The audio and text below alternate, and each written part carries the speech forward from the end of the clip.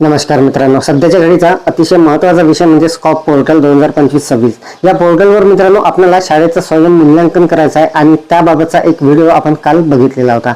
तर मित्रांनो बऱ्याच जणांचे कमेंट्स आलेले आहे की सर त्या पोर्टलवर लॉग इन करता येत नाही किंवा पासवर्ड येत नाही आहे। तर मित्रांनो स्कॉप पोर्टल 2025-26 ची महत्त्वाची अपडेट आता आपण बघणार आहोत। लॉग इन कधी व कसं करायचं आणि पासवर्ड जर येत नसेल तर काय करायचं याची संपूर्ण माहिती मी आपल्याला देणार आहे। तर नमस्कार, मी राज मेश्राम मराठीशाळा.com या YouTube चॅनलवर पुन्हा एकदा आपलं सहर्ष स्वागत आहे। मित्रांनो स्कॉप पोर्टल 2025-26 ची अत्यंत महत्त्वाची अपडेट आता आपण बघणार आहोत। लॉग इन कधी व कसं करायचं, पासवर्ड येत नसेल तर आपल्याला काय करायचं आहे याची संपूर्ण सविस्तर इतरभूत माहिती जाणून घेण्यासाठी व्हिडिओला स्किप न करता पूर्ण बघा। चॅनलवर जर नवीन असाल तर चॅनलला सबस्क्राइब करायला विसरू नका आणि व्हिडिओ जर आवडला तर व्हिडिओला लाईक व शेअर करा। चला तर मग सुरू करूया।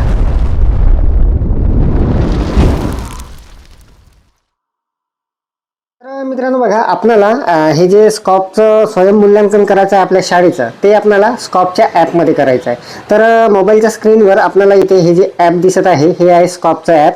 तर आपल्याकडे हे जर ॲप नसेल तर आपल्याला प्ले स्टोअरवरून अगदी सहजपणे हे डाउनलोड करता येणार आहे किंवा या व्हिडिओच्या डिस्क्रिप्शनमध्ये सुद्धा याची लिंक आपण दिलेली आहे। तर मित्रांनो बघा, या ॲपवर आपल्याला क्लिक करायचं आहे आणि इथे आपल्याला सर्वात अगोदर आपल्या शाळेचा युडायस क्रमांक टाकून घ्यायचा आहे। युडायस क्रमांक टाकल्यानंतर तिथे आपल्याला मुख्याध्यापकाचा ईमेल टाकायचा आहे, त्यानंतर त्यांचा मोबाईल क्रमांक टाकायचा आहे आणि त्यानंतर एक पासवर्ड टाकायचा आहे 4 अंकाचा। तर मित्रांनो हे सर्व जे प्रोसेस असणार आहे हे आपल्याला इथे करावी लागणार आहे। परंतु बऱ्याच आपल्या बांधवांचे कमेंट्स आलेले आहे कालच्या व्हिडिओवर की सर तिथे जो पासवर्ड येणार आहे 4 अंकाचा तो येत नाही आहे। तर मित्रांनो त्यासाठी आपल्याला काय करायचं आहे याची संपूर्ण माहिती मी देणार आहे। आपल्याला लॉग इन कधी करायचं आहे आणि कसं करायचं आहे आणि तरी सुद्धा जर आपल्याला पासवर्ड येत नसेल तर आपल्याला नेमकं काय करायचं आहे ते सुद्धा आपण बघणार आहोत। तर मित्रांनो बघा, आता या पोर्टलवर इथे आपण कालच्याच व्हिडिओमध्ये बघितलेलं होतं, इथे पासवर्ड वगैरे येत नव्हता। तर याचं मुख्य कारण हे असणार आहे मित्रांनो, आपल्याला इथे जे लॉग इन करायचं आहे ते करायचं आहे 16 तारखेला।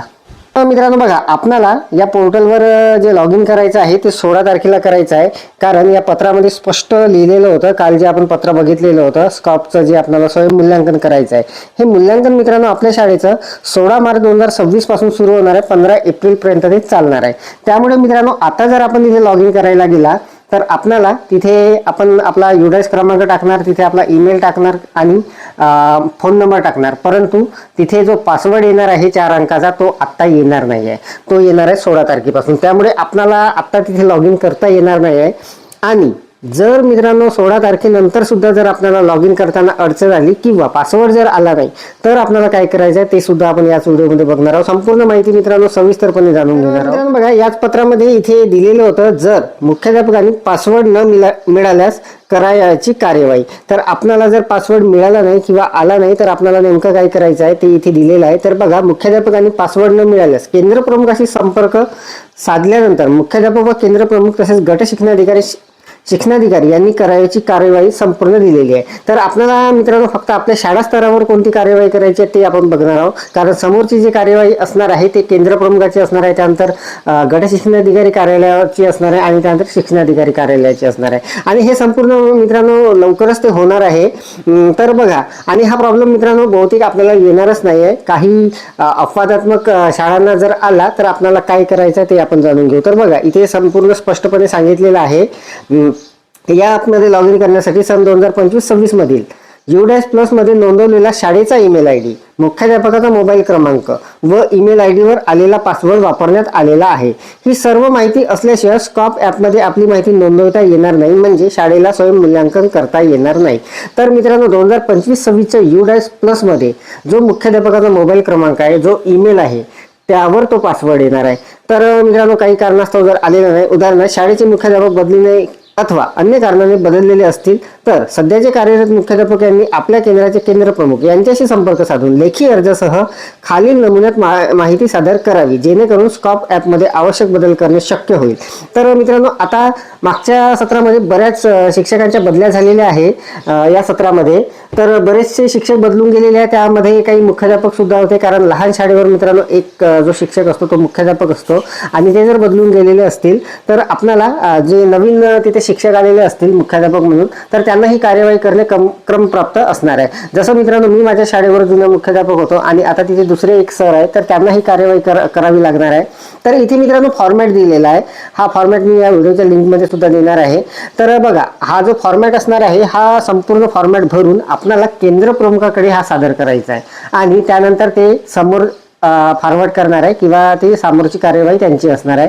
केंद्र प्रमुख गट शिक्षणाधिकारी कार्यालयाला देतील आणि गट शिक्षणाधिकारी कार्यालयाकडून तो शिक्षणाधिकारी कार्यालयात जाईल आणि ऑनलाईनच मित्रांनो तो संपूर्ण काम जे आहे ते आपलं होणार आहे. तर बघा, हा जो फॉर्मॅट आहे अगदी सोपा असणार आहे. अशा पद्धतीचा असणार आहे. शाळेचं नाव टाकून घ्यायचं आहे, शाळेचा युडायस क्रमांक टाकून घ्यायचा आहे, पूर्वीच्या मुख्याध्यापकाचे नाव तिथे टाकून घ्यायचं आहे, पूर्वीचे मुख्याध्यापक युडायस प्लसमध्ये नोंदवलेला त्यांचा ईमेल ID टाकून घ्यायचा आहे, पूर्वीच्या मुख्याध्यापकाच्या युडायस प्लसमध्ये नोंदवलेला मोबाईल क्रमांक तिथे टाकून घ्यायचा आहे आणि त्यानंतर सध्या कार्यरत असलेल्या मुख्याध्यापकाचं नाव, सध्या कार्यरत असलेल्या मुख्याध्यापकाचा ईमेल ID आणि सध्या कार्यरत असलेल्या मुख्याध्यापकाचा मोबाईल क्रमांक, अशा फॉर्मॅटमध्ये ही माहिती भरून केंद्र प्रमुखांकडे सादर करायची आहे. तर बघा, केंद्र प्रमुखांनी आपल्या केंद्रातील ज्या शाळांचे असे प्रस्ताव आलेले असतील अशा शाळांची यादी खालील नमुन्यात गट शिक्षणाधिकारी यांच्याकडे सादर करावी.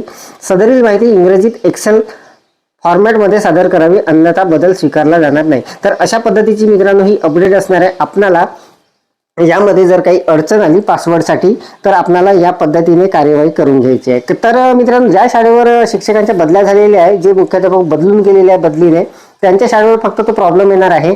आणि सध्या जर आपण आज जर लॉग इन करत असाल, उद्या जर लॉग इन करत असाल तर आपल्याला पासवर्ड येणार नाही. कारण आपलं स्वयंमूल्यांकन जे आहे मित्रांनो ते 16 तारखेपासून म्हणजे 16 मार्च पासून सुरू होणार आहे. तर आपल्याला 16 तारखेलाच तिथे लॉग इन करायचं आहे. सध्या आपण लॉग इन करू नका आणि टेन्शन घ्यायचं कुठलंही काम नाही. 16 मार्च ते एप्रिल महिन्यापर्यंत आपल्याला ती माहिती भरायची आहे स्कॉपची. त्याची संपूर्ण माहितीची असलेले व्हिडिओ मित्रांनो स्टेप बाय स्टेप आपण आपल्या चॅनलवर टाकणार आहोत. तर त्यामुळे कुठलंही टेन्शन किंवा चिंता करण्याची गरज नाही. तर मित्रांनो, अत्यंत महत्त्वाची अपडेट आपण जाणून घेतलेली आहे आजच्या या व्हिडिओमध्ये. स्कॉपचं जे पोर्टल आहे 2025-26चं, या पोर्टलवर आपल्याला लॉग इन कसं करायचं आहे आणि कधी करायचं आहे याची संपूर्ण माहिती जाणून घेतली. सोबतच जर आपल्याला पासवर्ड जर येत नसेल तर आपल्याला कोणती कार्यवाही करायची आहे, कशा पद्धतीने करायची आहे, कोणता फॉर्मॅट भरून आपल्याला केंद्र प्रमुखांकडे सादर करायचं आहे याची संपूर्ण माहिती बघितलेली आहे. तर अपेक्षा आहे आपल्याला ही माहिती समजलेली असेल, व्हिडिओ आवडलेला असेल. व्हिडिओ जर आवडलेला असेल तर व्हिडिओला लाईक करा, शेअर करा आणि माझ्या marathishara.com या यूट्यूब चॅनलवर जर नवीन असेल तर चॅनलला सबस्क्राईब करायला विसरू नका. पुन्हा भेटू असं एका नवीन माहितीसह, नवीन अपडेटसह. तोपर्यंत धन्यवाद.